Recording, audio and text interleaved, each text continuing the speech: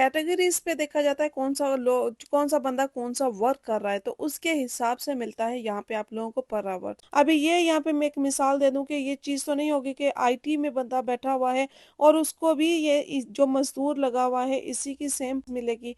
Definitely उसकी per hour होगा, वो चेंज होगा, उसने रेंट उसने टैक्स कितना देना है। अभी विंटर के टाइम में सारे पत्ते वगैरह गिर जाते हैं, यहाँ पे आप लोगों को दरख्त जो है वो बिल्कुल क्लीन हो जाते हैं। अस्सलाम वालेकुम। अमेरिका में मजदूर को कितनी मजदूरी दी जाती है, वो कितने कमा लेता है, वो उसको कितने पैसे मिलते हैं और आप लोग किस तरह चार्ज करते हो, किस तरह देते हो। किसी भाई का सवाल था कि जी अगर आप अमेरिका में आकर हम लोग मजदूरी कर लें तो हमें कितना मिलेगा, कम से कम हमें जो रेट होगा वो कितना मिलेगा। जी इस हवाले से काफ़ी बार मैं पहले भी बता चुकी हूँ कि कितनी मिनिमम जो है हमारे पास पर आवर सैलरीज आप लोगों को मिलती है, चाहे वो मजदूर हो चाहे कोई भी हो, चाहे अच्छी जॉब करने वाले होते हैं, हर कैटेगरीज अलग अलग होती है। लेकिन चलें डिटेल के साथ अगेन थोड़ी सी वीडियो बना लेते हैं। सबसे पहले यहाँ पे अगर आप लोगों ने मेरे चैनल को सब्सक्राइब नहीं किया तो प्लीज़ जल्दी से जाके मेरे चैनल को लाइक शेयर सब्सक्राइब और बेल आइकॉन को ऑन करना मत भूला करें, ताकि आने वाली ऑल इन्फॉर्मेटिव वीडियोस आप लोगों को मिलती रहे और आप इसी तरह लाइव अमेरिका को एंजॉय करते रहो। आज मैं आप लोगों को जो दिखा रही हूँ मजदूर हैं। देखिए मजदूर लगे हुए हैं, अभी जो वेदर चेंज होना शुरू हो गया है, अभी ये थोड़ी सी मिट्टी भी थोड़ी खाद देनी है, ये सारी खाद वगैरह दे रहे हैं, कुछ हाथ से डाल रहे हैं, कुछ किस तरह डाल रहे हैं, ये सारा प्रोसेस आप लोग देखें। लेकिन यहाँ पे मैं बात करती हूँ टॉपिक के हवाले से कि पर आवर आप लोगों को यहाँ पे कितना मिलता है। यहाँ पर अभी जो ये मजदूर देख रहे हैं आप लोग, ये मजदूर कितना ले रहे हैं। अच्छा यहाँ पे खाली मजदूर की जो होगा पर आवर जो होगा डिफरेंट होगा, डॉक्टर का अलग होगा, फार्मासिस्ट का अलग होगा, जो आईटी में होगा वो अलग होगा, जो जो स्टोरों पे वर्क कर रहे होंगे उनका अलग होगा। हर बंदे की कैटेगरीज पे देखा जाता है कौन सा बंदा कौन सा वर्क कर रहा है, तो उसके हिसाब से मिलता है यहाँ पे आप लोगों को पर आवर। अभी ये यहाँ पे मैं एक मिसाल दे दूं कि ये चीज़ तो नहीं होगी कि आईटी में बंदा बैठा हुआ है और उसको भी जो मजदूर लगा हुआ है इसी की सेम मिलेगी। डेफिनेटली उसकी पर आवर होगा, वो चेंज होगा, उसने टैक्स कितना देना है, वो जो चेक उसको मिलता है उसके ऊपर टैक्स कितना कटता है, कौन कौन सी उसमें चीज़ें देनी पड़ती हैं आप लोगों को, सब चीज़ें डिफरेंट डिफरेंट होती हैं। अब यहाँ पे मजदूर की बात करते हैं कि जैसे ये मजदूर लगे हुए हैं, इनके कम से कम मिनिमम सैलरी आप लोगों को बता दूं $18 से इन लोगों को सैलरी दी जाती है। और जो डॉक्टर होगा, कुछ डॉक्टर मैंने पहले भी बताया, कुछ डॉक्टर $70 पर आवर लेते हैं, जो फार्मासिस्ट है वो भी इस तरह $70 to $80 पर आवर लेते हैं। तो ये हर चीज़ का आप लोग कहते हो कि डिफरेंट डिफरेंट है। जी हाँ, यहाँ पे आप लोग ये नहीं कहें कि ये सेम ही इनकी प्राइस है। किसी के भी प्राइस सेम नहीं होता है, वर्क के ऊपर डिपेंड करता है कि आप लोग कौन सा वर्क कर रहे हो और आप लोगों को कितना पे किया जाता है, फिर आपने उसके ऊपर टैक्स भी देना है।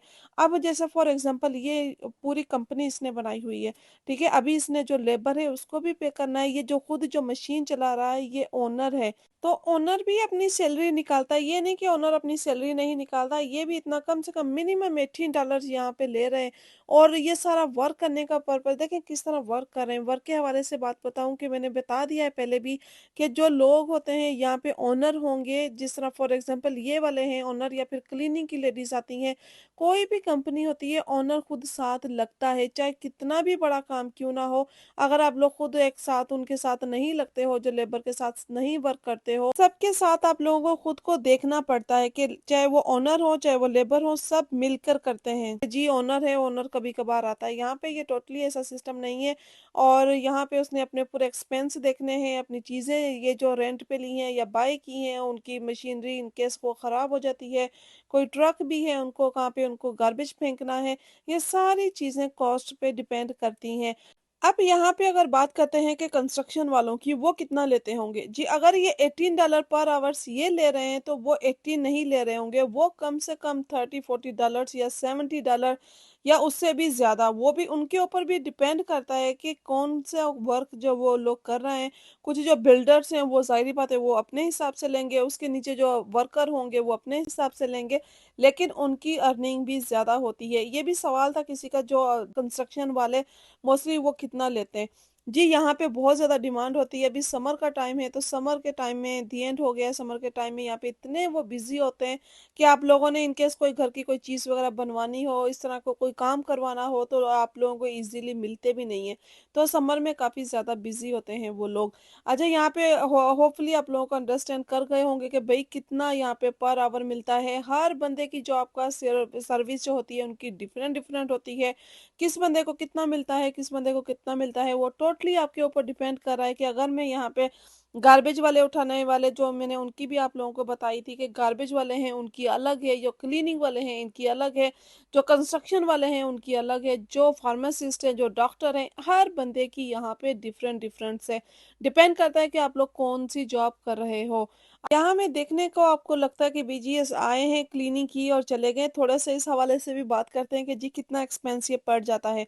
अगर हम लोग मंथली इनको 150 भी देते हैं ना, जी ठीक है, ये कल क्लीनिंग करनी है, जस्ट ये ग्रॉस कटिंग करते हैं और उसके बाद यहाँ पे थोड़ा-सा जो अभी इन अक्टूबर, नवंबर, दिसंबर ये 3 मंथ आ जाते हैं, इनमें अपने ये एक्सपेंस बढ़ा देते हैं। अभी विंटर के टाइम में सारे पत्ते वगैरह गिर जाते हैं, यहाँ पे आप लोगों को दरख्त जो है वो बिल्कुल क्लीन हो जाते हैं। तो आप लोग इन्होंने सब वो पत्ते वगैरह लीव्स जो होते हैं वो उठाने होते हैं और गार्बेज में लेकर जाने होते हैं। गार्बेज बैग भी ये खुद ही लेकर आते हैं। होम डिपो से गार्बेज बैग वगैरह लेकर आते हैं। अभी मैंने दिखाया भी है, तो ये हर सब चीज़ें खुद लेकर आते हैं। लेकिन आप लोगों की जो कॉस्ट होती है, मंथली कॉस्ट है, वो बढ़ जाती है। फॉर एग्ज़ाम्पल अगर आप लोगों से $180 या 150 या 170 कितने भी ले रहे हैं, उसके ऊपर ये तकरीबन मिनिमम ये तो कम से कम ये तकरीबन 50 टू $60 डिपेंड के आप लोगों के जस्ट लीव्स उठाने हैं, उसके एक्स्ट्रा कर देंगे।